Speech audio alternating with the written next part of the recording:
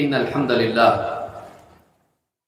نحمده ونستعينه ونستغفره ونعوذ بالله من شرور أنفسنا ومن سيئات أعمالنا من يهده الله فلا مضل له ومن يضلل فلا هادي له وأشهد أن لا إله إلا الله وحده لا شريك له وأشهد أن محمدا عبده ورسوله أما بعد فإن خير الحديث كتاب الله وخير الهدي هدي محمد صلى الله عليه وعلى آله وسلم وشر الأمور محدثاتها وكل محدثة بدعة وكل بدعة ضلالة وكل ضلالة في النار.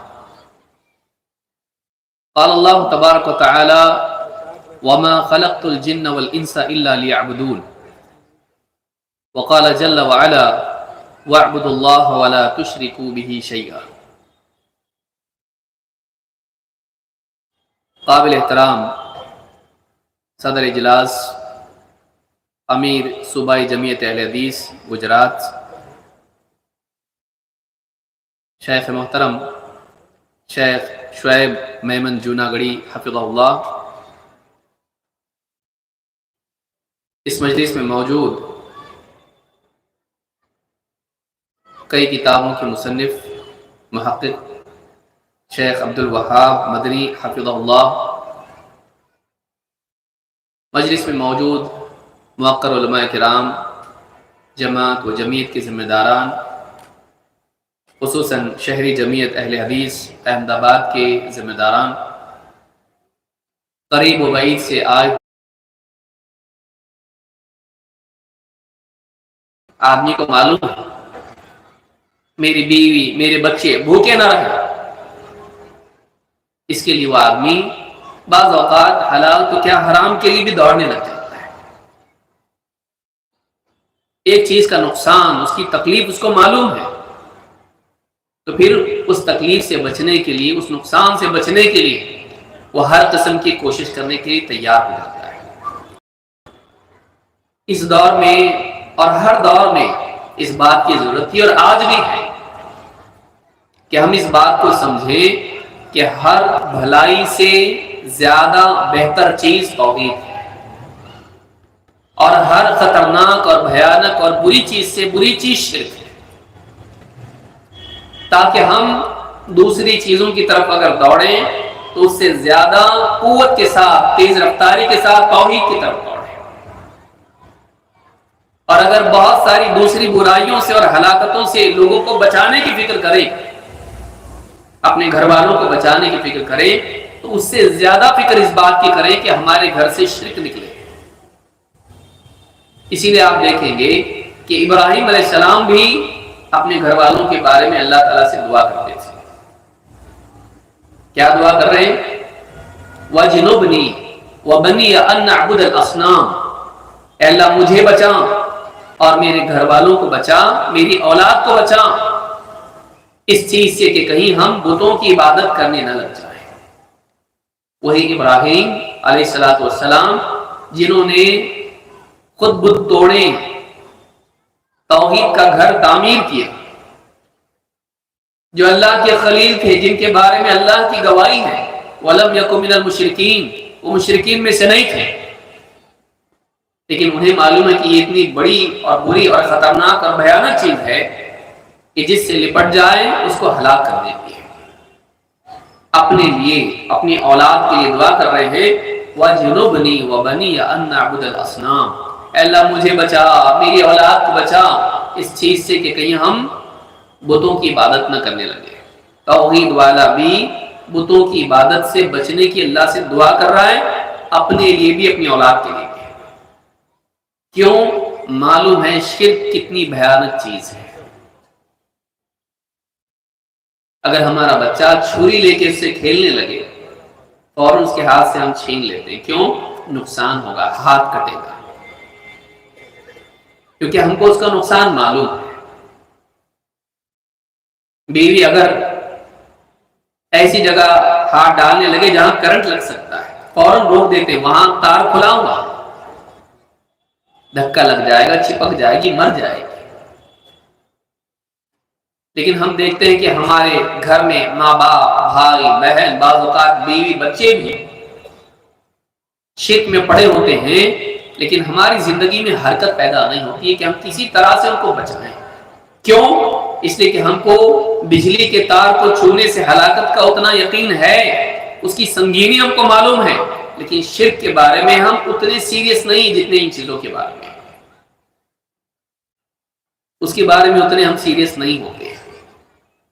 لہٰذا بہت ضروری ہے کہ ہم جانیں توحید کتنی ضروری ہے، اس کے کتنے فائدے ہیں، زندگی میں اس کی کتنی زیادہ اہمیت ہے، اور ہمیں معلوم ہو کہ شرک کتنا برا ہے، اس سے بچنا کتنا ضروری ہے۔ آج کے اس مختصر سے وقت میں انہی باتوں کو ہم سمجھنے کی کوشش کریں گے انشاءاللہ۔ اللہ تعالیٰ قرآن کریم میں فرماتا ہے وَمَا خَلَقْتُ الْجِنَّ وَالْإِنسَ إِلَّا لِيَعْبُدُونَ، میں نے جنات کو، انسانوں کو صرف اپنی عبادت کے لیے پیدا کیا ہے۔ اس آیت میں معلوم ہوتا ہے کہ عبادت کسی اور کی نہیں، صرف اللہ کی، صرف اسی لیے پیدا کیا ہے کہ وہ میری عبادت کریں، کسی اور کی عبادت نہ کریں، اور ان کی زندگی کا کوئی اور مقصد نہیں ہے، صرف اور صرف اللہ کی عبادت کرنا یہ ان کی زندگی کا مقصد ہے، یعنی شرک سے بچ کے اللہ کی عبادت کرنا۔ کیوں؟ اس لیے کہ عبادت وہی معتبر ہے جو شرک سے پاک ہو۔ اسی لیے اللہ تعالیٰ نے دوسری جگہ فرمایا وَاعْبُدُوا اللَّهَ وَلَا تُشْرِكُوا بِهِ شَيْئًا، اللہ کی عبادت کرو اور اس کے ساتھ کسی چیز کو شریک مت کرو۔ معلوم ہوا کہ جو عبادت کے لیے پیدا کیا ہے وہ ایسی عبادت کے لیے پیدا کیا ہے جو شرک سے پاک ہو، شرک والی عبادت نہیں کہ اللہ کی بھی عبادت کرے، نہیں، اللہ ہی کی عبادت کرے، ایسی عبادت اللہ کو چاہیے۔ اسی لیے فرمایا وَقَضَىٰ رَبُّكَ أَلَّا تَعْبُدُوا إِلَّا إِيَّاهُ، تیرے رب نے صاف فیصلہ کر دیا ہے کہ تم اللہ کے سوا کسی اور کی عبادت نہیں کرو گے۔ اللہ کی طرف سے یہ حتمی فیصلہ آ چکا ہے، یہ ہمیشہ کے لیے حکم آ چکا ہے جس میں کوئی تبدیلی ہونے والی نہیں کہ تم اللہ کے سوا کسی اور کی عبادت نہیں کرو گے، تم صرف اللہ کی عبادت کرو گے، کسی اور کی نہیں،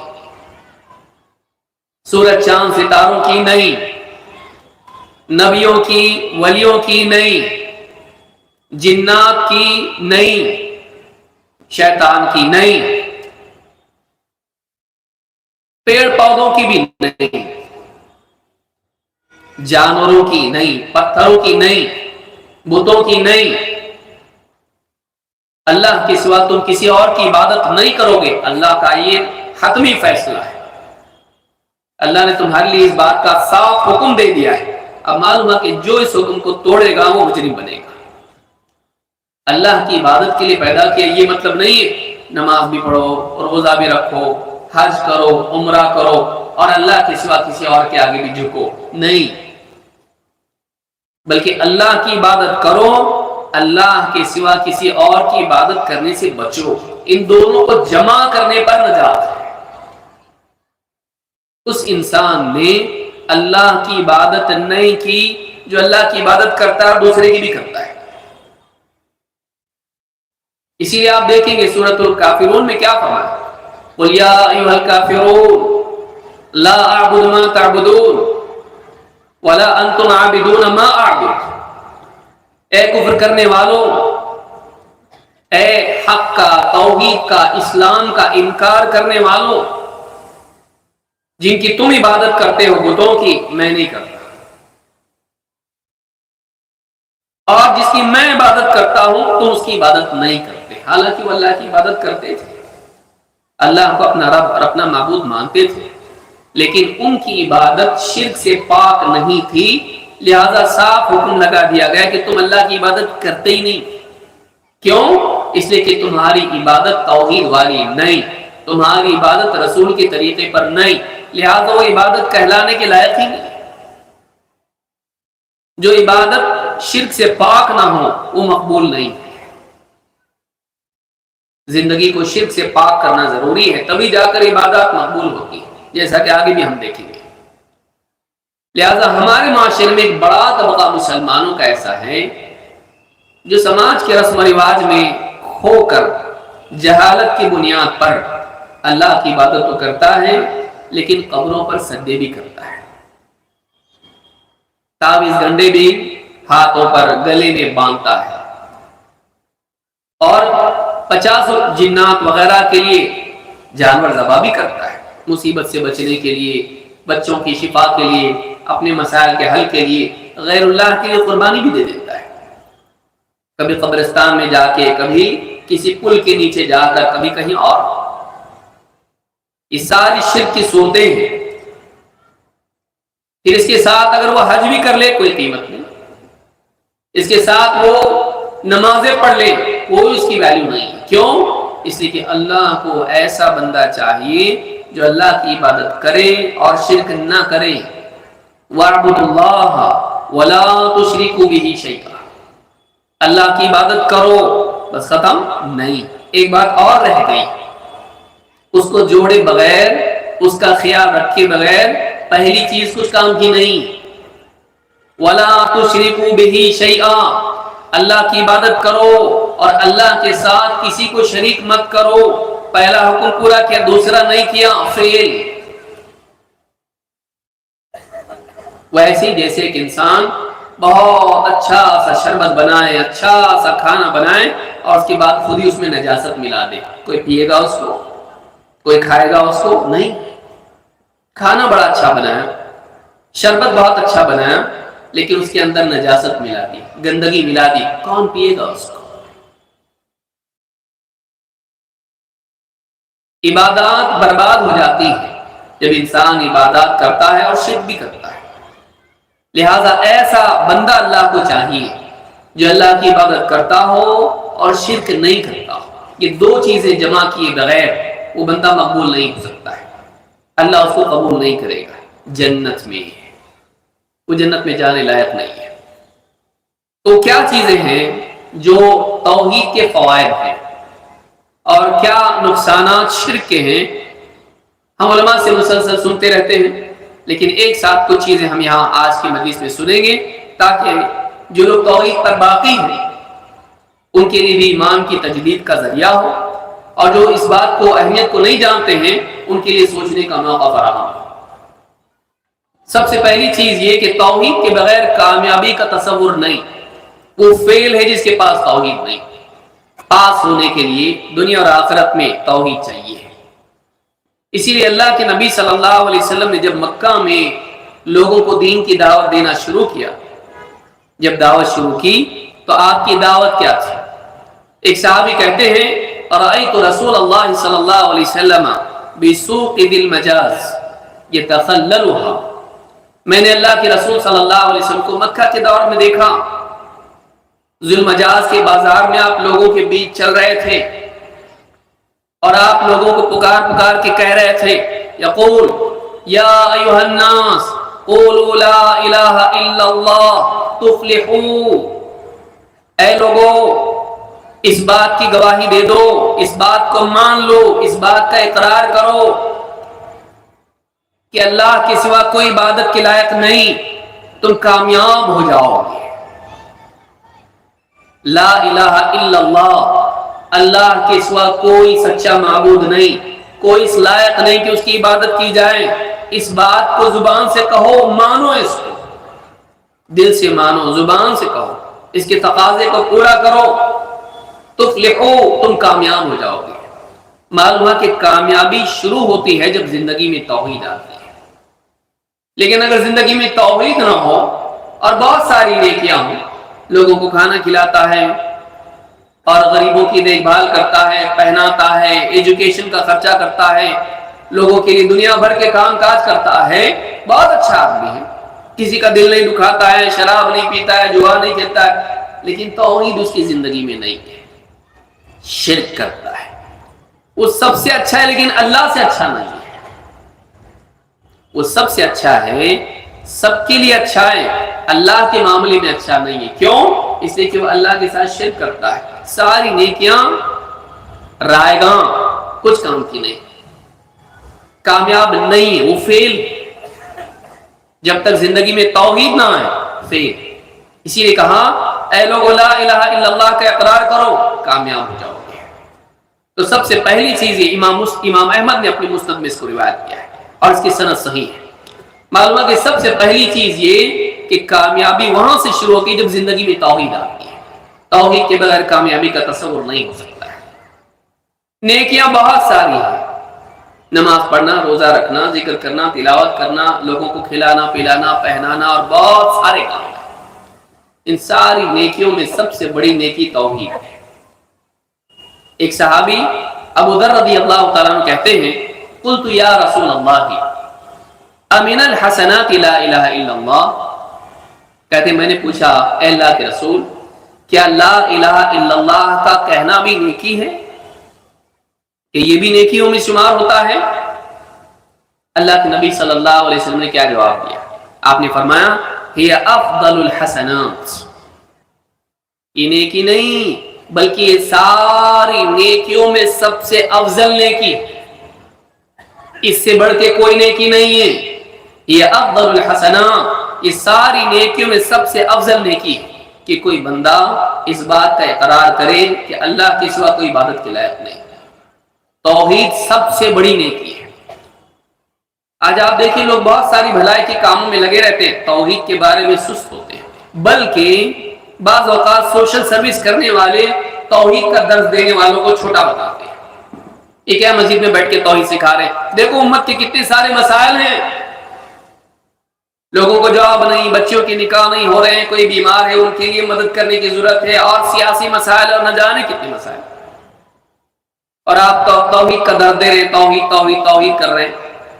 یہ کام وہ کام بھی اہم ہے، اس کا کوئی انکار نہیں کرتا ہے، لیکن وہ توحید کی دعوت اور اس کے اقرار سے بڑھ کے نہیں ہو سکتے ہیں۔ اسے جاہل ہی کہہ سکتا ہے کہ یہ کام توحید سے بڑھ کے، کیوں؟ اس لیے کہ اس کو اللہ کے نبی صلی اللہ علیہ وسلم کی ایک حدیث نہیں معلوم ہے، جس کو امام ابن حبان نے امام احمد نے روایت کیا ہے، اور یہ حدیث صحیح ہے۔ کہا اللہ کے رسول کیا لا الہ الا اللہ بھی نیکی ہے؟ کہا یہ تو نیکیوں میں سب سے افضل نیکی ہے، اس سے بڑھ کے کوئی نیکی ہو ہی نہیں سکتی ہے۔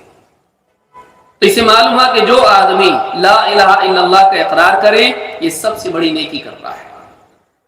پھر آگے بڑھتے ہیں، کلمہ توحید کے اقرار کا زبان سے لا الہ الا اللہ بولنے کی فضیلت کیا ہے؟ اللہ کے نبی صلی اللہ علیہ وسلم فرماتے ہیں من قال لا الہ الا اللہ وحدہ لا شریک لہ لہ الملک ولہ الحمد وہو علی کل شیء قدیر فی یوم 100 مرہ، ایک دن میں جو بندہ 100 بار یہ کہے لا الہ الا اللہ وحدہ لا شریک لہ، اللہ کے سوا کوئی عبادت کے لائق نہیں، وہ اکیلا یکتا ہے، اس کا کوئی شریک نہیں، لہ الملک ولہ الحمد، ساری بادشاہت اسی کی ہے اور وہی ساری تعریفوں کا حقدار ہے، وہو علی کل شیء قدیر، اور وہ ہر چیز پر قادر ہے، جو چاہے کر سکتا ہے۔ یہ کلمات دن میں صبح 100 بار کہے۔ آپ فرماتے ہیں کانت لہ عدل 10 رقاب، اس کا اتنا بڑا ثواب ہے جیسے کوئی آدمی 10 غلام آزاد کرے، 10 غلام آزاد کرے۔ وَكُتِبَتْ لَهُ 100 حسنہ، اس کے نامہ اعمال میں 100 نیکیاں لکھی جاتی ہیں۔ وَمُحِيَتْ عَنْهُ 100 سیئہ، اور اس کے 100 گناہ معاف کیے جاتے ہیں، اس کے نامہ اعمال سے مٹا دیے جاتے ہیں۔ وَكَانَتْ لَهُ حِرْزًا مِنَ الشَّيْطَانِ يَوْمَهُ ذَلِكَ حَتَّى يُمْسِي، پورے دن وہ شیطان سے محفوظ رہتا ہے یہاں تک کہ شام ہو جائے۔ شام تک اگر صبح پڑھے، شام تک شیطان سے سیف ہو جاتا ہے، کسی بابا کے پاس جانے کی ضرورت نہیں، کچھ عملیات کرنے کی ضرورت نہیں، شام تک یہ 100 مرتبہ پڑھنے سے وہ شیطان سے محفوظ ہو جاتا ہے۔ اور وَلَمْ يَأْتِ أَحَدٌ بِأَفْضَلَ مِمَّا جَاءَ بِهِ إِلَّا أَحَدٌ عَمِلَ أَكْثَرَ مِنْ ذَلِكَ، اور اس سے بڑھ کے کوئی اور آدمی عمل کر نہیں سکتا ہے، دوسرا کوئی شخص، جب تک کہ اس سے زیادہ یا اس سے افضل عمل نہ کرے، اس سے زیادہ نہ کرے۔ وَمَنْ قَالَ، ایک روایت میں ہے وَمَنْ قَالَ مِثْلَ ذَلِكَ حِينَ يُمْسِي كَانَ لَهُ مِثْلُ ذَلِكَ، اور اگر کوئی شام میں یہ پڑھے تو صبح تک کے لیے یہ اس کے لیے یہی ثواب اس کے لیے ہے اور یہی فضیلت اس کے لیے کہ صبح تک وہ شیطان سے محفوظ ہو جاتا ہے۔ 10 غلاموں کے آزاد کرنے کا ثواب اس کو ملتا ہے، اور 100 نیکیاں ملتی ہیں، 100 گناہ معاف ہوتے ہیں۔ صرف 100 بار اتنا پڑھ لے تو اتنا بڑا ثواب اس کا ہے۔ تو کلمہ توحید کا ثواب کتنا بڑا ہے، اور ایسی کئی روایتیں ہیں۔ اس کو امام البخاری مسلم دونوں نے روایت کیا ہے۔ توحید نہ صرف یہ کہ اتنا بڑا ثواب ہے، بلکہ توحید کے اقرار کے مقابلے میں قیامت کے دن اگر گناہوں کے پڑھنے میں بڑے سے بڑے گناہ بھی ہوں، اگر سچے دل سے، اخلاص سے، اللہ کی خاطر پورے ایمان کی قوت کے ساتھ، سچائی کے ساتھ اس نے اگر توحید کا اقرار کیا ہو، شہادتین کا اقرار کیا ہو، اس کے مقابلے میں کوئی گناہ اس کا نقصان نہیں کر سکتا ہے، وہ ہلکے ہو جائیں گے، اتنا بڑا ثواب اس کا ہے، بشرطے کہ اس کی کیفیت ویسی رہی ہو اقرار کے وقت، اخلاص اور صدق اس میں ہو۔ کیا فضیلت ہے! اللہ کے نبی صلی اللہ علیہ وسلم فرماتے ہیں ان اللہ سیخلص رجلا من امتی علی رؤوس الخلائق یوم القیامہ، قیامت کے دن میری امت میں ایک شخص لایا جائے گا سارے لوگوں کے سامنے، فینشر علیہ 99 سجلا، اس کے 99 گناہوں کے دفتر پھیلائے جائیں گے، کل سجل مثل مد البصر، اور ہر ایک اس کا ریکارڈ کی فائل، اس کا دفتر اتنا بڑا ہوگا کہ جہاں تک نظر جائے وہ اتنا زیادہ گناہ اس نے کیے ہوئے ہیں۔ ثم یقول، اللہ تعالیٰ اس سے کہے گا اتنکر من ھذا شیئا، یہ جو سارے گناہ تیرے ہیں ان میں سے کسی گناہ کا تو انکاری ہے، کسی گناہ کے بارے میں تیرا بولنا ہے کہ میں نے نہیں کیا؟ اظلمک کتبتی الحافظون، کہیں ایسا تو نہیں کہ گناہ لکھنے والے فرشتوں نے تجھ پر ظلم کر دیا، زیادتی کر دی، اپنی طرف سے لکھ دیا؟ ایسا تو نہیں، اتنے سارے گناہ؟ فیقول لا یا رب، وہ کہے گا نہیں اللہ ایسا نہیں ہے، یہ سارے میرے ہی پاپ ہیں، میرے گناہ ہیں۔ فیقول افلک عذر او حسنہ، اس سے پوچھا جائے گا کہ تیرے پاس کوئی عذر ہے، ایکسکیوز ہے، ایسی مجبوری تھی، ایسا تھا، مسئلہ تھا، یا تیرے پاس کوئی نیکی ہے؟ فیقول لا یا رب، کہ نہیں اللہ میرے پاس کوئی نیکی بھی نہیں، اور میرے پاس کوئی بہانہ بھی نہیں، کوئی عذر بھی نہیں۔ فیقول بلا ان لک عندنا حسنہ فإنہ لا ظلم علیک اليوم، اللہ تعالیٰ فرمائے گا لیکن ہمارے پاس تیری ایک نیکی ہے، اس کو یاد بھی نہیں، لیکن اللہ تعالیٰ بھولتا نہیں، وما کان ربک نسیا، اللہ ظلم نہیں کرتا ہے، ان اللہ لا یظلم مثقال ذرہ، ان اللہ لا یظلم مثقال ذرہ، ذرہ برابر بھی اللہ ظلم نہیں کرتا ہے۔ ایک نیکی تو نے گناہ ہے، لیکن ایک نیکی اس کی بہت قیمتی ہے، اللہ فرمائے گا لیکن ہمارے پاس تیری ایک نیکی ہے، اور آج تجھ پر ظلم نہیں ہوگا، یعنی اتنے گناہوں کی وجہ سے ایک نیکی تیری ہم نظر انداز کر دیں؟ نہیں، وہ بھی تلے گی، گناہوں کے ساتھ وہ بھی تلے گی۔ فَتَخْرُجُ بِطَاقَةٌ فِيهَا أَشْهَدُ أَن لَا إِلَهَ إِلَّا اللَّهُ وَأَشْهَدُ أَنَّ مُحَمَّدًا عَبْدُهُ وَرَسُولُهُ، ایک کاغذ کی پرچی نکالی جائے گی جس پر لکھا ہوگا أَشْهَدُ أَن لَا إِلَهَ إِلَّا اللَّهُ وَأَشْهَدُ أَنَّ مُحَمَّدًا عَبْدُهُ وَرَسُولُهُ، میں گواہی دیتا ہوں اللہ کے سوا کوئی عبادت کے لائق نہیں، اور محمد صلی اللہ علیہ وسلم اللہ کے بندے اور رسول ہیں۔ فَيَقُولُ اُحْضُرْ وَزْنَكَ، اس سے کہا جائے گا جہاں نیکی اور گناہ تولتے ہیں وہاں حاضر ہو۔ فَيَقُولُ يَا رَبْ مَا هَذِهِ الْبِطَاقَةُ مَا هَذِهِ السِّجِلَّاتِ، وہ کہے گا اللہ اے میرے رب اتنے گناہوں کے دفتروں کے مقابلے میں یہ ایک پرچی کیا کام آئے گی، ایک نیکی ان کے مقابلے میں کیا تلے گی، کیا بچنے کی امید ہو سکتی ہے؟ اتنے سارے گناہ ہیں اور بس ایک ہی پرچی نیکی کی، ایک ہی نیکی میرے پاس، کیا کام آئے گی، اس کا کیا فائدہ ہوگا؟ ہو سکتا ہے اتنے گناہوں کی وجہ سے تیری اس نیکی کو ہم چھوڑ دیں گے، تولے نہیں اس کو، ایسا نہیں ہو سکتا، یہ ظلم ہوگا کہ تیری نیکی پر تجھ کو کچھ نہ ملے، تجھ پر ظلم نہیں ہوگا۔ قال فتوضع السجلات فی کفۃ والبطاقۃ فی کفۃ، ایک پڑھنے میں سارے گناہوں کے دفتر رکھے جائیں گے، اور دوسرے پڑھنے میں وہ ایک پرچی جس پر اس کی وہ نیکی ہوگی جو بڑے اخلاص کے ساتھ اس نے شہادتین کا اقرار کیا ہوگا، وہ ایک پرچی اس کی ہوگی، اس کو رکھا جائے گا۔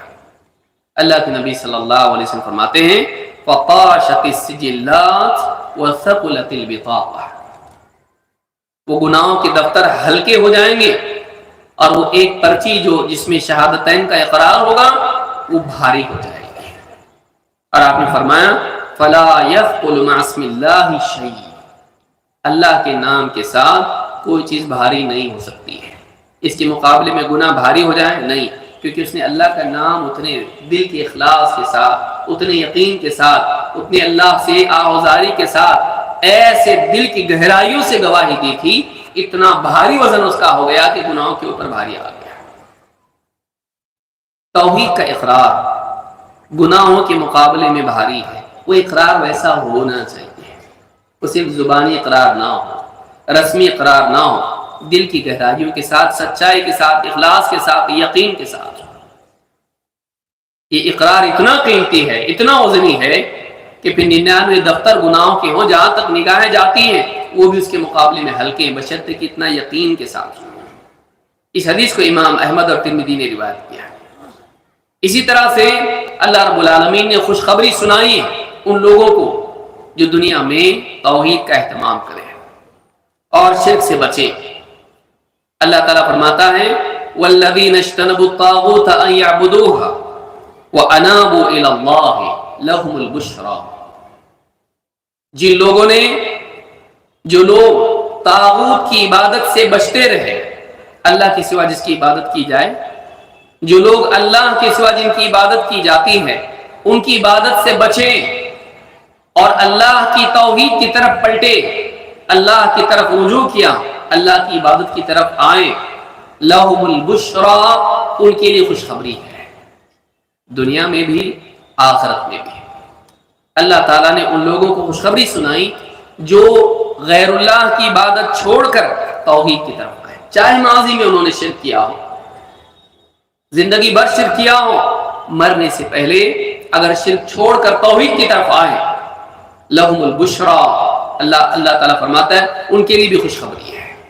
ایسے سارے لوگوں کے لیے خوشخبری ہے کہ جو شرک سے بچ کے توحید کی طرف آئے، چاہے وہ شروع سے بچتے رہے ہوں یا بعد میں انہوں نے چھوڑا ہو، بلکہ ایسے لوگوں کے لیے دنیا میں اللہ تعالیٰ کی طرف سے اقتدار کا وعدہ ہے، دنیا میں حکومت کا ملنا، دنیا میں طاقت کا ملنا، ان لوگوں کے لیے اللہ کا وعدہ ہے جو توحید کا اہتمام کرے، جو ایمان و عمل والی زندگی گزارے، جو شرک سے پاک ایمان والے ہوں۔ اللہ تعالیٰ فرماتا ہے وعد اللہ الذین آمنوا منکم وعملوا الصالحات، تم میں سے جو لوگ ایمان لائے اور نیک اعمال کرتے رہے ان کے لیے اللہ نے وعدہ کر دیا ہے لَيَسْتَخْلِفَنَّهُمْ فِي الْأَرْضِ، کہ انہیں زمین میں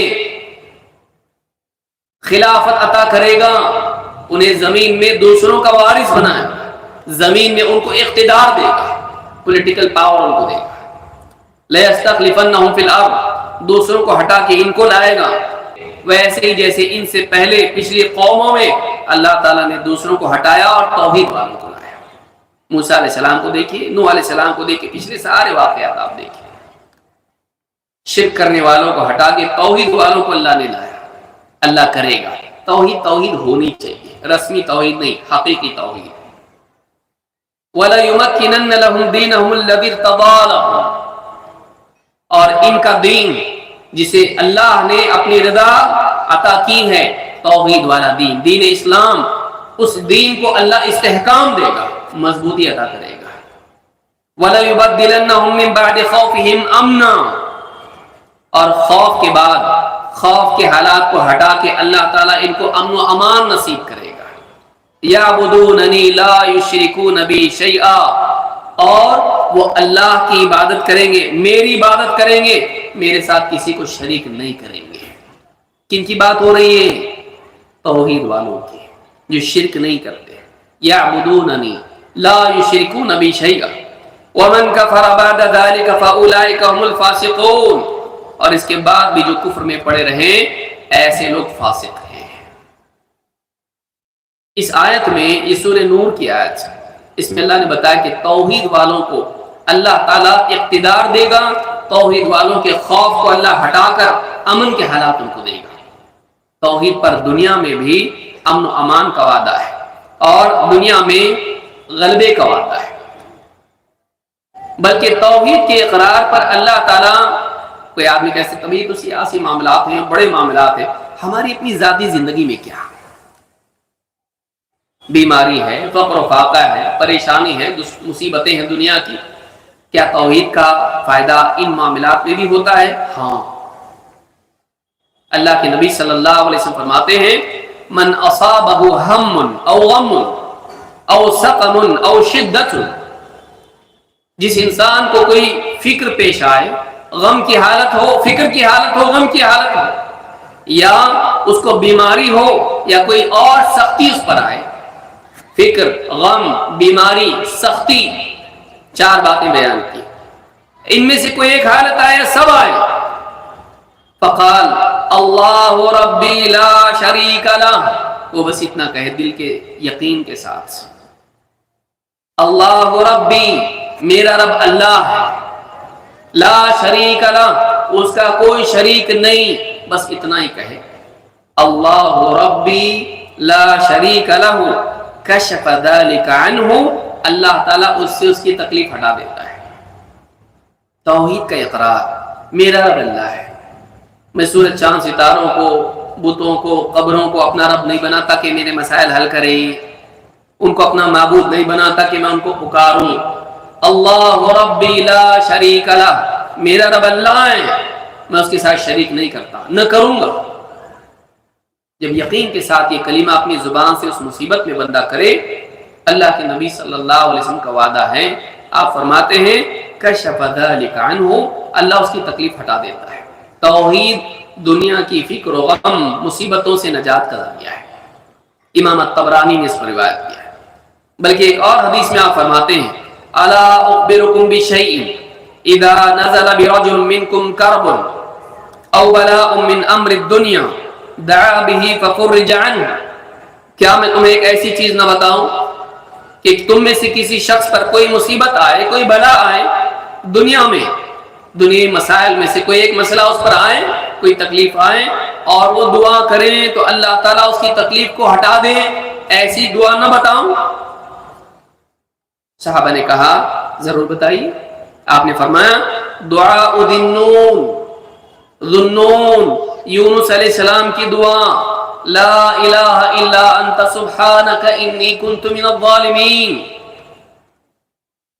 یہ دعا اگر وہ پڑھے اللہ تعالیٰ اس کی تکلیف کو ہٹا دیتا ہے۔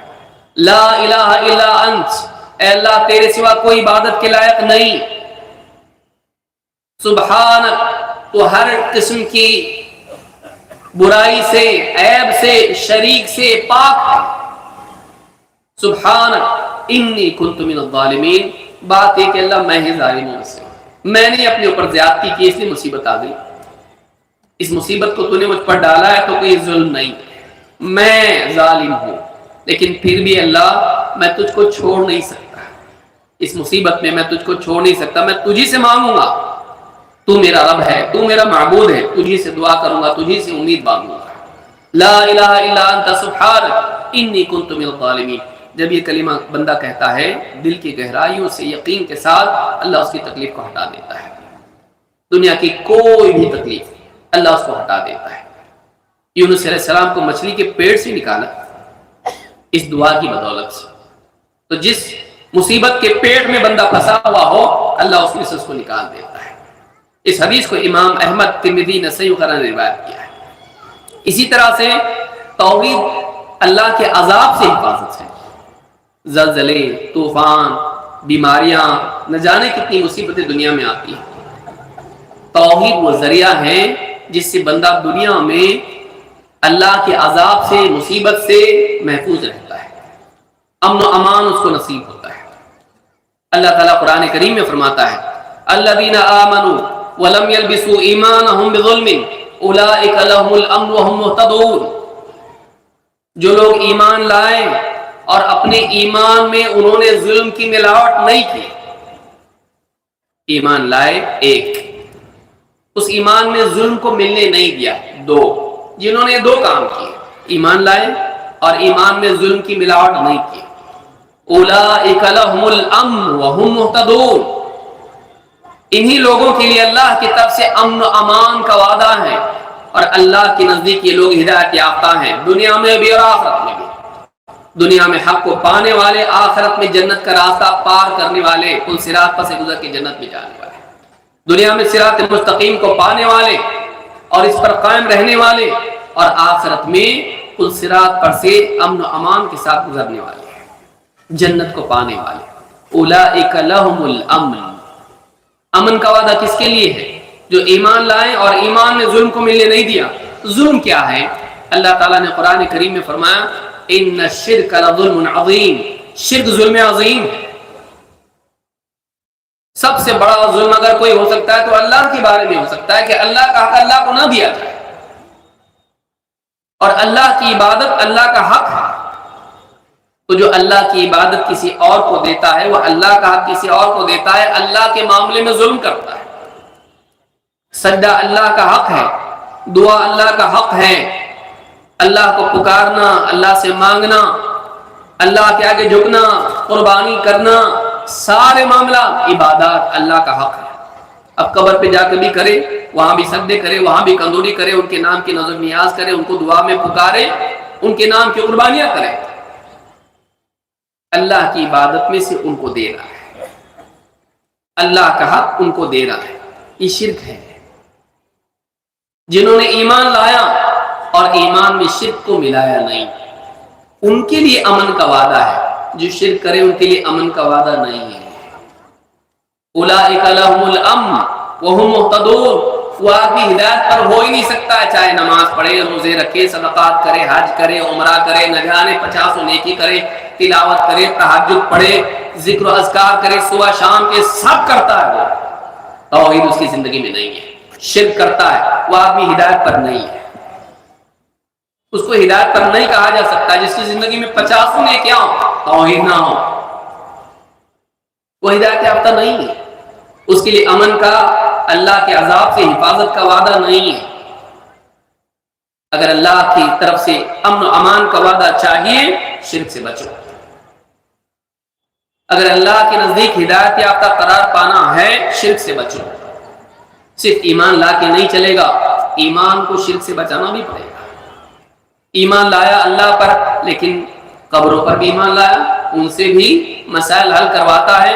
اللہ پر ایمان لانا فائدہ نہیں دے گا، کیونکہ ایمان لا کر اس میں شرک ملا دیا، ویسے ہی جیسے شربت میں شراب ملا دی، شربت میں نجاست ملا دی، اب آدمی وہ شربت پینے لائق رہا نہیں، خراب ہو گیا،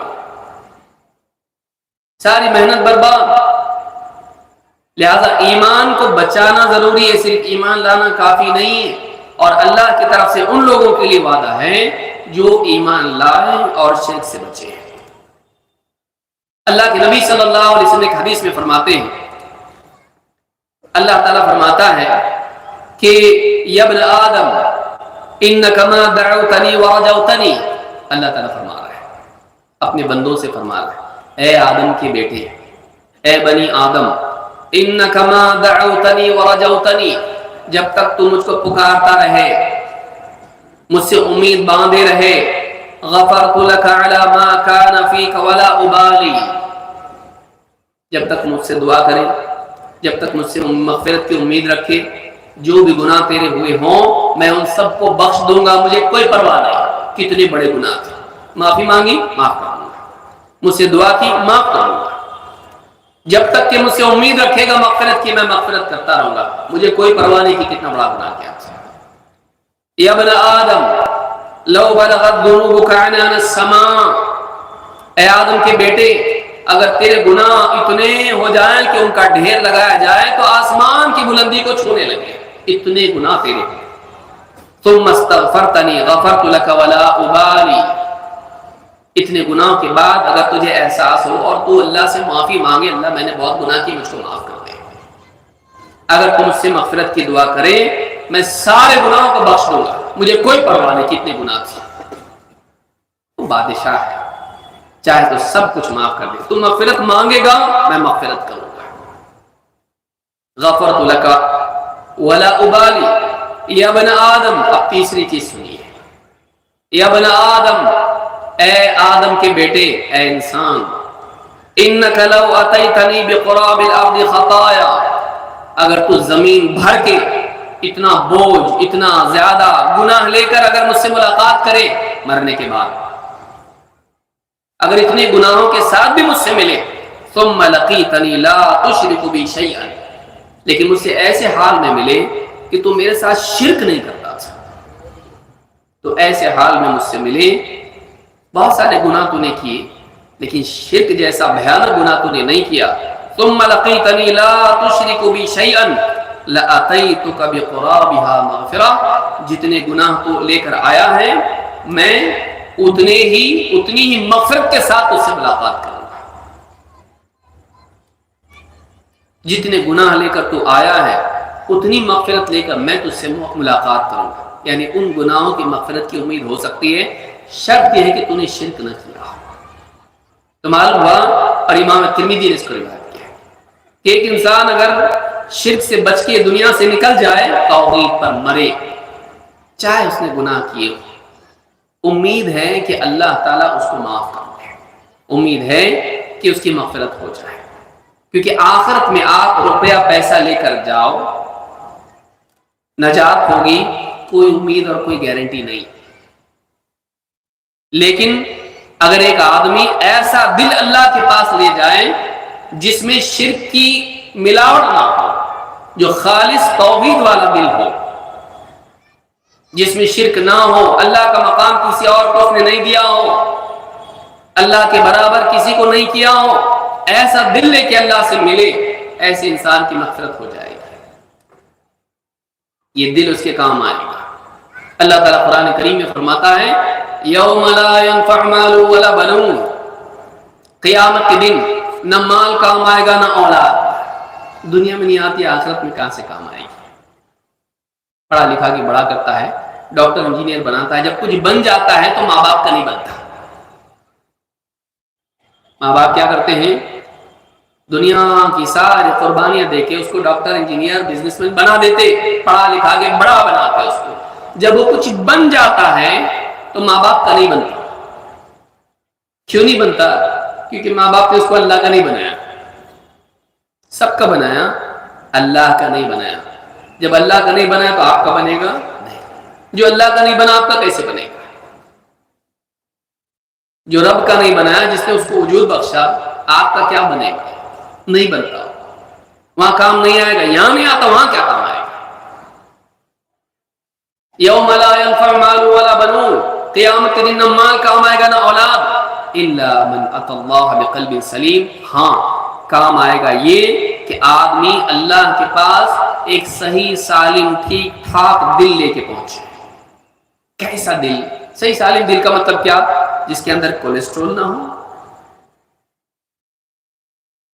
یہاں ڈاکٹر والی بات نہیں ہو رہی، یہاں دینی بات ہو رہی ہے۔ ایسا دل جو صحیح سلامت ہو، ایسا دل جو صحیح سلامت ہو۔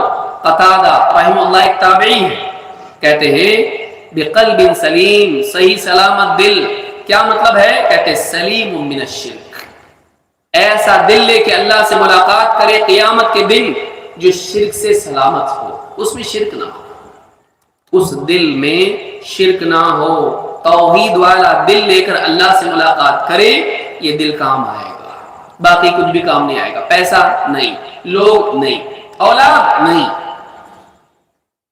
کوئی کام نہیں آئے گا، کوئی شخص کام نہیں آئے گا، کوئی چیز کام نہیں آئے گی، نہ مین پاور نہ منی پاور، کچھ بھی نہیں۔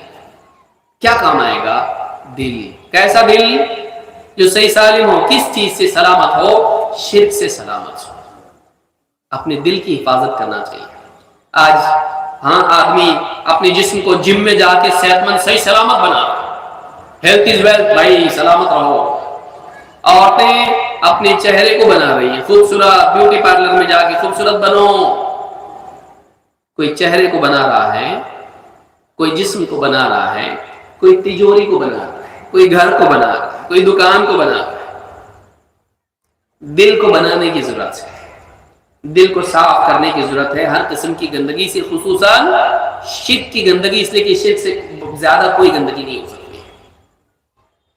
اسی لیے اللہ تعالیٰ نے فرمایا انما المشرکون نجس، شرک کرنے والے نجاست والے ہیں، نجس ہیں اللہ کے نزدیک، عقیدے کی گندگی ان کے اندر ہے، چاہے وہ دکھنے میں کتنے پاک صاف ہو، چاہے دکھنے میں کتنی صفائی ہو ان کے اندر، صاف ستھرے کپڑے ہوں، نہاتے دھوتے ہو، صاف ہے، لیکن اندر گندگی ہے، دل میں، دل گندا ہے۔ کیوں؟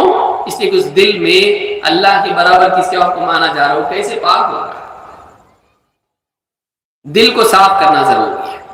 تو قیامت کے دن وہ دل کام آئے گا جو شرک سے پاک ہو۔ یہ فائدہ ہے اس دل کو بنانے کا۔ چہرہ اور جسم بنائیں بعد میں، دل پہلے بنائیں۔ بلکہ ایک آدمی جو توحید والا ہو، شرک سے بچ کے مرا ہو، قیامت کے دن اگر کچھ گناہ رہے بھی اس کے، تو نبی کریم صلی اللہ علیہ وسلم کی سفارش اس کو نصیب ہوگی۔ نبی کریم صلی اللہ علیہ وسلم کی شفاعت اور آپ کی سفارش پانے کے لیے کنڈیشن یہ ہے کہ آدمی ایسے حال میں مرے کہ شرک نہیں کرتا تھا۔ شرک کرنے والے کو نبی صلی اللہ علیہ وسلم کی سفارش نصیب نہیں ہوگی۔ اچھی طرح سے اس بات کو جان لیں۔ شرک کرنے والا چاہے کتنی ہی نافے پڑے، لیکن اگر اس کی زندگی میں شرک تھا، اس کو نبی صلی اللہ علیہ وسلم کی سفارش نہیں ملے گی۔ کون کہہ رہا ہے یہ؟ ہم کہہ رہے ہیں، اللہ کے نبی صلی اللہ علیہ وسلم۔ آپ نے فرمایا لِكُلِّ نَبِيٍّ دَعْوَةٌ مُسْتَجَابَةٌ، ہر نبی کی ایک مقبول دعا ہوتی ہے، جو مانگا مل گیا۔ ہر نبی کو ایک موقع ملتا ہے، مانگو جو مانگو گے ملے گا۔ فَتَعَجَّلَ كُلُّ نَبِيٍّ دَعْوَتَهُ، تو ہر نبی نے اپنی اپنی دعا دنیا ہی میں مانگ لی، جلدی کی۔ وَإِنِّي اخْتَبَأْتُ دَعْوَتِي شَفَاعَةً لِأُمَّتِي يَوْمَ الْقِيَامَةِ، لیکن میں نے اپنی دعا کو سنبھال کے چھپا کے قیامت کے دن کے لیے رکھا ہے، اپنی امت کے لیے۔ میں نے دنیا میں دعا نہیں مانگی، اللہ میرے گھر میں برکت دے، میرے گھر میں مال دے، کھانا دے، میرے بچوں کو ایسا کر، میری بیوی کو یہ عطا کر، اچھے کپڑے دے، اچھا بڑا گھر دے ہم کو۔ نہیں مانگا، ہمارے نبی نے نہیں مانگا صلی اللہ علیہ وسلم۔ میں نے اپنی دعا چھپا کے رکھی اپنی امت کے لیے، قیامت کے دن کے لیے۔ فَهِيَ نَائِلَةٌ إِن شَاءَ اللَّهُ، اور اللہ نے چاہا تو نصیب ہو کر رہے گی یقیناً۔ وہ سفارش ملے گی، نصیب ہوگی کس کو؟ مَن مَّاتَ مِنْ أُمَّتِي لَا يُشْرِكُ بِاللَّهِ شَيْئًا، ہر اس امتی کو نصیب ہوگی جو اس حال میں مرا ہو کہ اللہ کے ساتھ شرک نہیں کرتا تھا۔ یہ نہیں کہا میرے ہر امتی کو نصیب ہوگی، نہیں، میرے ہر اس امتی کو نصیب ہوگی جو اس حال میں مرے کہ اللہ کے ساتھ شرک نہیں کرتا تھا۔ معلوم ہوا کہ اگر امتی بھی ہے لیکن اللہ کے ساتھ شرک میں لگ گیا، ایسے آدمی کو نبی صلی اللہ علیہ وسلم کی سفارش نصیب نہیں ہوگی۔ تو قیامت کے دن اللہ کے نبی صلی اللہ علیہ وسلم کی سفارش اس کو نصیب ہوگی جو توحید والا تھا، شرک والے کو نہیں ملے گی۔ یہ حدیث کہاں ہے؟ یہ حدیث بخاری مسلم دونوں میں ہے، صحیح بخاری میں، صحیح مسلم دونوں میں یہ حدیث۔ بلکہ ایک اور حدیث ہے جس میں آپ نے فرمایا اتانی آت من عند ربی فخیرنی بین ان یدخل نصف امتی الجنہ وبین الشفاعہ، میرے پاس اللہ کی طرف سے ایک فرشتہ آیا اور اس نے مجھے اختیار دیا، دو میں سے جو بھی چاہے آپ اختیار کر لیں۔ دو چیزیں اللہ کی طرف سے آپ کو آفر ہے، اللہ کی طرف سے، دونوں میں سے جس کو ابھی آپ چنیں گے آپ کو ملے گا۔ یا تو یہ ملے گا کہ آپ کی آدھی امت جنت میں چلی جائے پکا، یا تو اختیار یہ ہے کہ آپ کو اپنی امت کی سفارش کرنے کا شرف اور موقع دیا جائے گا، جس کی بھی آپ سفارش کریں گے وہ جنت میں جائے گا۔ یا تو آدھی امت جنت میں چلی جائے، یا پوری امت کی آپ سفارش کریں اور ان کو جنت میں لے جائیں، سفارش کا موقع ملے گا۔ آپ نے فرمایا فاخترت الشفاعہ، تو میں نے شفاعت کو چنا کہ پوری امت میں جو بھی گناہ گار ہیں میں ان کی سفارش کروں گا۔ میں نے شفاعت کو چنا، لیکن کس کو ملے گی وہ؟ وَهِيَ لِمَن مَّاتَ لَا يُشْرِكُ بِاللَّهِ شَيْئًا، اور وہ سفارش اس کو نصیب ہوگی جو میری امت میں سے وہ شخص جو اس حال میں مرا تو اللہ کے ساتھ شرک نہیں کرتا تھا۔ معلوم ہے کہ شرک سے بچنے والے کے لیے شفاعت ہے، شرک والے کے لیے شفاعت نہیں ہے۔ اس حدیث کو امام احمد اور امام ترمذی نے روایت کیا ہے۔ بلکہ اگر آدمی جہنم میں چلا بھی جائے اپنے گناہوں کی وجہ سے، تب بھی وہ نکلے گا اپنی توحید کی وجہ سے۔ اللہ کے نبی صلی اللہ علیہ وسلم فرماتے ہیں يعذب ناس من اہل التوحید فی النار حتی یکونوا فیہا حمما، میری امت میں سے کچھ اہل توحید میں سے کچھ جہنم میں جائیں گے گناہوں کی وجہ سے، اور جلیں گے یہاں تک کہ کوئلے کی طرح ہو جائیں گے، جل کے کوئلہ ہو جائیں گے۔ مسلمان توحید والے گناہ کی وجہ سے گئے، اللہ نے ان کے لیے فیصلہ کیا کہ جلیں گے، جل کے کوئلہ ہو جائیں گے، لیکن پھر کیا فرماتے ہیں ثم تدرکہم الرحمہ فیخرجون، پھر اللہ کی رحمت ان کو نصیب ہوگی تو جہنم سے نکالے جائیں گے۔ کیوں؟ اس لیے کہ وہ اہل توحید تھے۔ جہنم میں جانے والا بھی اپنی توحید کی وجہ سے نکالا جائے گا۔ امام احمد اور ترمذی نے اس کو روایت کیا ہے۔ بلکہ ایک اور روایت میں آپ نے فرمایا وَفَرَغَ اللَّهُ مِنْ حِسَابِ النَّاسِ، قیامت کے دن اللہ تعالیٰ بندوں کے حساب سے فارغ ہوگا، سب کا حساب ہو گیا۔ وَأَدْخَلَ مَنْ بَقِيَ مِنْ أُمَّتِي النَّارَ مَا أَهْلِ النَّارِ، میری امت میں سے جن کو بھی جہنم میں جانا تھا وہ جہنم میں چلے جائیں گے باقی لوگوں کے ساتھ، گناہگار جہنم میں جائیں گے۔ وَيَقُولُ أَهْلُ النَّارِ، جب توحید والے جہنم میں جائیں گے تو کفر اور شرک کرنے والے، تم اللہ کے ساتھ شرک نہیں کرتے تھے، اللہ کی عبادت کرتے تھے، شرک سے بچتے تھے، کیا فائدہ ہوا تمہارا؟ تم اللہ کی عبادت کرتے تھے نا دنیا میں، شرک سے بچتے تھے نا، پھر جہنم میں آ گئے تم لوگ، فائدہ کیا ہوا؟ پھر ہم بھی جہنم میں تم بھی جہنم میں، کیا فائدہ ہوا؟ فَيَقُولُ الْجَبَّارُ، اس پر اللہ تعالیٰ کو غصہ آئے گا۔ جبار اللہ تعالیٰ فرمائے گا وَبِعِزَّتِي، میں اپنی عزت کی قسم کھاتا ہوں، میں اپنی عزت کی قسم کھاتا ہوں لَأُعْتِقَنَّهُمْ مِنَ النَّارِ، میں ان کو جہنم سے بچا کے رہوں گا، میں انہیں جہنم سے آزاد کروں گا۔ جتنے توحید والے جہنم میں گئے تھے اللہ تعالیٰ قسم کھائے گا میں انہیں جہنم سے آزاد کروں گا۔ ان کو تانا دیتے ہو توحید کی بنیاد پر کہ کیا کام کی تمہاری توحید، اللہ کو غصہ آئے گا۔ ایک روایت میں ابن ابی عاصم نے اس کو روایت کیا، امام طبرانی، اللہ کو غصہ آئے گا، اللہ تعالیٰ ان سارے ایمان والوں کو توحید والوں کو جہنم سے نکال دے گا، اور فَيُرْسِلُ إِلَيْهِمْ فَيَخْرُجُونَ، اللہ ان کے پاس بھیجے گا اور ان کو جہنم سے نکالا جائے گا۔ اس حدیث کو امام احمد نے روایت کیا اور یہ حدیث نہیں ہے۔ اس سے معلوم ہوتا ہے کہ اگر آدمی جہنم میں چلا بھی جائے، اگر توحید والا ہو اس کے لیے امید ہے کہ وہ جہنم سے نکلے، توحید نہیں ہے ہمیشہ ہمیشہ جہنم میں رہے گا۔ اور توحید کا انجام کیا ہے؟ جنت۔ اللہ کے نبی صلی اللہ علیہ وسلم فرماتے ہیں من مات لا یشرک باللہ شیئا دخل الجنہ، جو اس حال میں مرے کہ اللہ کے ساتھ شرک نہیں کرتا ہے اس نے جنت میں جانا ہی ہے، اس نے جنت میں جانا ہی ہے، وہ جنت میں جائے گا، جا کر رہے گا۔ توحید پر مرا، اس کا ٹھکانہ، اس کا انجام جنت۔ امام مسلم نے اس کو روایت کیا ہے۔ ایک اور حدیث میں آپ نے فرمایا ما من عبد قال لا الہ الا اللہ ثم مات على ذلك الا دخل الجنہ، جو بھی بندہ اس بات کی گواہی دے کہ اللہ کے سوا کوئی عبادت کے لائق نہیں، لا الہ الا اللہ کا اقرار کرے، پھر اسی پر مرے، یہ نہیں کہ کلمہ پڑھتا تھا اور شرک بھی کرتا تھا، نہیں، اس کلمے پر مرے، توحید کا اہتمام کرتے ہوئے مرے، شرک پر نہیں مرے، توحید پر مرے، تو فرمایا الا دخل الجنہ، تو بس اس کے لیے یہی انجام ہے کہ وہ جنت میں جائے گا۔ اس حدیث کو بھی امام البخاری مسلم دونوں نے روایت کیا ہے۔ یہ توحید کے فوائد ہیں۔ شرک کے نقصانات کیا ہے؟ اختصار کے ساتھ ہم دیکھتے ہیں کیونکہ وقت میرا ختم ہو رہا ہے۔ شرک کے نقصانات کیا ہے؟ نمبر 1، شرک گمراہی ہے، اللہ کے نزدیک ہدایت نہیں ہے۔ اللہ تعالیٰ فرماتا ہے وَمَن يُشْرِكْ بِاللَّهِ فَقَدْ ضَلَّ ضَلَالًا بَعِيدًا، جو اللہ کے ساتھ شرک کرتا ہے وہ بہت دور کی گمراہی میں جا پڑا۔ اللہ تعالیٰ نے پرلے درجے کا گمراہ اس کو قرار دیا جو اللہ کے ساتھ شرک کرے۔ وہ آدمی کبھی ہدایت پر نہیں ہو سکتا ہے، چاہے کتنے بھی بڑے بڑے کارنامے انجام دے، وہ آدمی ہدایت پر نہیں، وہ گمراہ ہے، چاہے کتنا بھی اچھا کام کرے۔ شرک کرنے والا کبھی ہدایت پر نہیں ہو سکتا ہے۔ اسی طرح سے اللہ کی مدد سے وہ محروم ہے۔ اللہ تعالیٰ فرماتا ہے لا تجعل مع اللہ الہا آخر، اللہ کے ساتھ کسی اور کو معبود کا مقام مت دے۔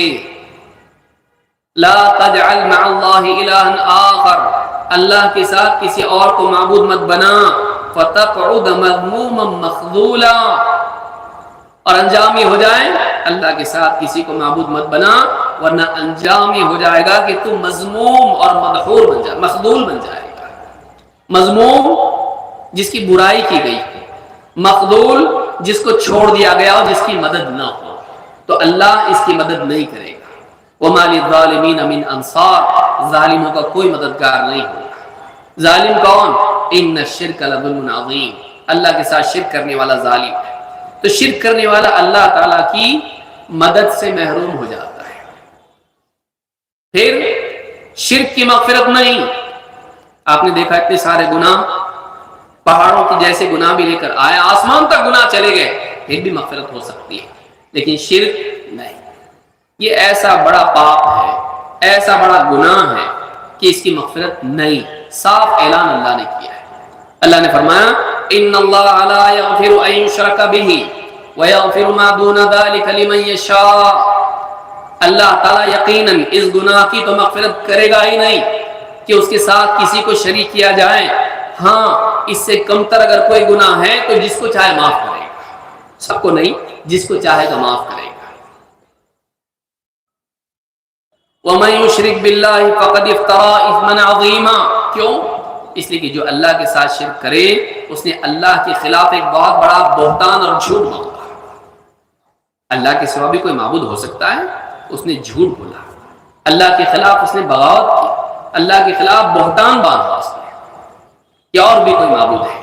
ایسے آدمی کی مغفرت نہیں، ایسے آدمی کی مغفرت نہیں، اللہ نے صاف اعلان کر دیا ہے اس گناہ کی مغفرت نہیں ہوگی، بلکہ اگر کوئی بھلے کام اس نے کیے سب برباد۔ اللہ تعالیٰ فرماتا ہے وَلَقَدْ أُوحِيَ إِلَيْكَ وَإِلَى الَّذِينَ مِنْ قَبْلِكَ لَئِنْ أَشْرَكْتَ لَيَحْبَطَنَّ عَمَلُكَ وَلَتَكُونَنَّ مِنَ الْخَاسِرِينَ۔ اے نبی، آپ کی طرف یہ پیغام، یہ وحی بھیجی جا رہی ہے، اور آپ سے پہلے جتنے نبی اور رسول گزرے ان کے پاس بھی یہ میسج بھیجا گیا تھا۔ کیا میسج بھیجا گیا تھا؟ لَئِنْ أَشْرَكْتَ لَيَحْبَطَنَّ عَمَلُكَ، اگر تو نے شرک کیا تیرا سارا کیا کرایا برباد کر دیا جائے گا، تیری ساری نیکیاں برباد کر دی جائیں گی، وَلَتَكُونَنَّ مِنَ الْخَاسِرِينَ، اور تو خسارہ اٹھانے والوں میں سے ہو جائے گا۔ اگر تو نے شرک کیا تیری ساری بھلائیاں مٹا دی جائیں گی، کچھ کام نہیں آئیں گی، تیری ساری نیکیاں برباد کر دی جائیں گی، اور انجام یہ ہوگا کہ تو خسارہ اٹھانے والوں میں سے ہو جائے گا، ناکام ہو جائے گا۔ تو شرک ساری نیکیوں کو برباد کر دیتا ہے، بلکہ اللہ اور اس کے رسول کی لعنت ہے، اللہ کی رحمت سے دوری کی دعا ہے کس کے لیے؟ جو شرک کرے۔ اللہ کے نبی صلی اللہ علیہ وسلم فرماتے ہیں لعن اللہ من ذبح لغیر اللہ، اللہ کی لعنت ہو اس پر جو اللہ کے سوا کسی اور کے لیے ذبح کرے۔ کون لعنت کر رہا ہے؟ رحمت للعالمین۔ لعنت کس کو کہتے ہیں؟ اللہ کی رحمت سے دوری۔ اللہ کے نبی صلی اللہ علیہ وسلم لعنت کی دعا کر رہے ہیں اس کے لیے جو شرک کرے۔ اللہ کے سوا کسی اور کے لیے ذبح کرنا اللہ کی عبادت میں شرک ہے۔ آج کتنے مسلمان ہیں جہالت کی وجہ سے قبروں پہ جا کے ذبح کر رہے ہیں، بابا خوش ہو جائے، یہ شرک ہے۔ اللہ کے سوا کسی اور کی رضا کے لیے ذبح کرنا، ان کو خوش کرنے کے لیے قبروں پر ذبح کرنا، یہ شرک ہے۔ لعن اللہ من ذبح لغیر اللہ، اللہ کی لعنت اس پر جو اللہ کے سوا کسی اور کے لیے ذبح کرے۔ امام مسلم نے اس کو روایت کیا ہے۔ بلکہ قبر پرستی پر بھی لعنت ہے۔ اللہ کے نبی صلی اللہ علیہ وسلم فرمایا اللہم لا تجعل قبری وثنا یعبد، اے اللہ میری قبر کو وثن، معبود مت بننے دے کہ لوگ اس کی عبادت کرنے لگے، میری قبر کو اس بات سے بچا کہ کہیں لوگ اس کی عبادت نہ کرنے لگے، جیسے پچھلی قوموں نے کیا۔ لعن اللہ قوما اتخذوا قبور انبیائہم مساجد، اللہ کی لعنت ان لوگوں پر جو اپنے نبیوں کی قبروں کو سجدے کی جگہ بنا لے، جو اپنے نبیوں کی قبروں کو سجدے کی جگہ بنا لے۔ آج آپ دیکھیں کتنے لوگ کلمہ بھی پڑھ رہے ہیں، نبی تو دور عام انسانوں کی قبروں پر سجدے کر رہے ہیں، اللہ والے بھی نہیں۔ بعض اوقات ایسے لوگ ہوتے ہیں جو اللہ والے بھی نہیں ہوتے۔ کوئی شخص پاگل ہو گیا، برہنہ گھومتا تھا، گالیاں دیتا تھا، نہاتا دھوتا نہیں تھا، نہ نماز پڑھتا تھا، اس کی بھی قبر پر لوگ جا کے سجدے کر رہے ہیں۔ بابا اولاد دے دو۔ اللہ کے نبی صلی اللہ علیہ وسلم فرما رہے ہیں اللہ کی لعنت ان لوگوں پر جو اپنے نبیوں کی قبروں پر سجدہ کر رہے ہیں۔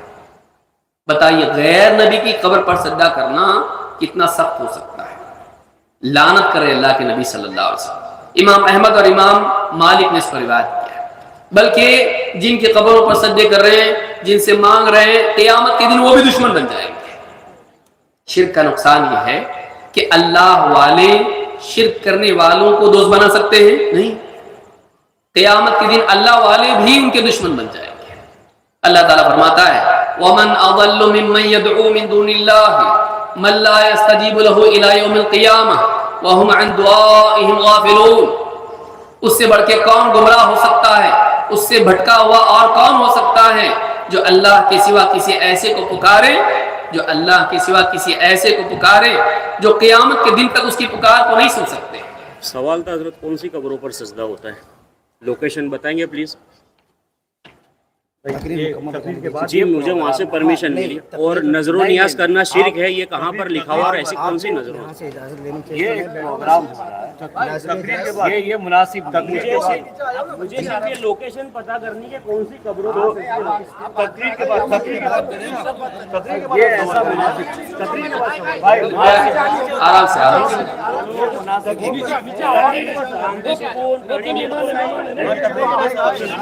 رکھنا رائٹ ہے میرا۔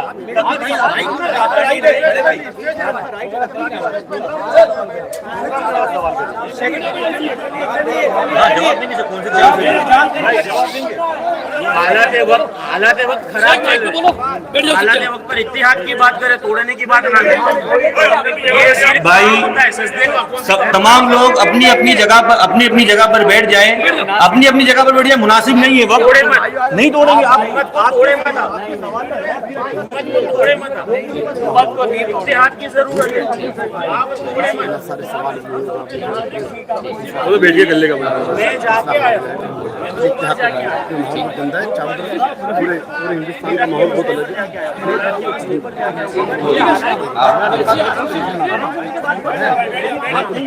سب لوگ اپنی جگہ پر بیٹھ جائیں انشاءاللہ۔ ہم اتحاد کی بات کریں گے۔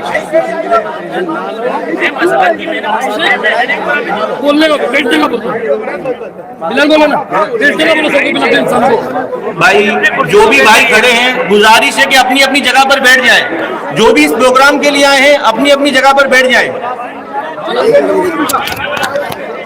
میں اپنے بھائیوں سے گزارش کروں گا کہ وہ اپنی اپنی جگہوں پر بیٹھے رہیں۔ یہاں پر کوئی ویسا اختلاف نہیں چل رہا ہے، سارے اختلافات انشاءاللہ سارے سوالوں کا جواب بھی دیا جائے گا اگر سکون اور شانتی کے ساتھ پوچھا جائے گا۔ لیکن سوال پوچھنے کا جو طریقہ یہ ہے یہ بالکل غلط ہے۔ آپ لوگ توجہ دیں، ہمارے بھائی اپنی اپنی جگہوں پر ضرور بیٹھ جائیں۔ سوال پوچھنے کا یا کسی اور مسئلے کا حل یہ نہیں ہو سکتا۔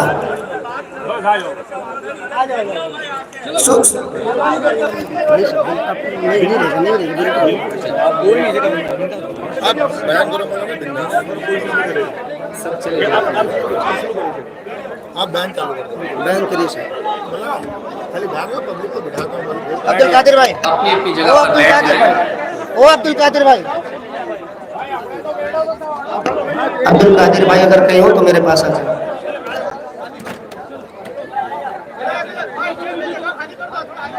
ویڈیو پر اپنی خبروں پر تو ہوتا ہے ایسا تو کچھ نہیں، لیکن وہ نام کوئی آپ کا کوئی نام نہیں ہے۔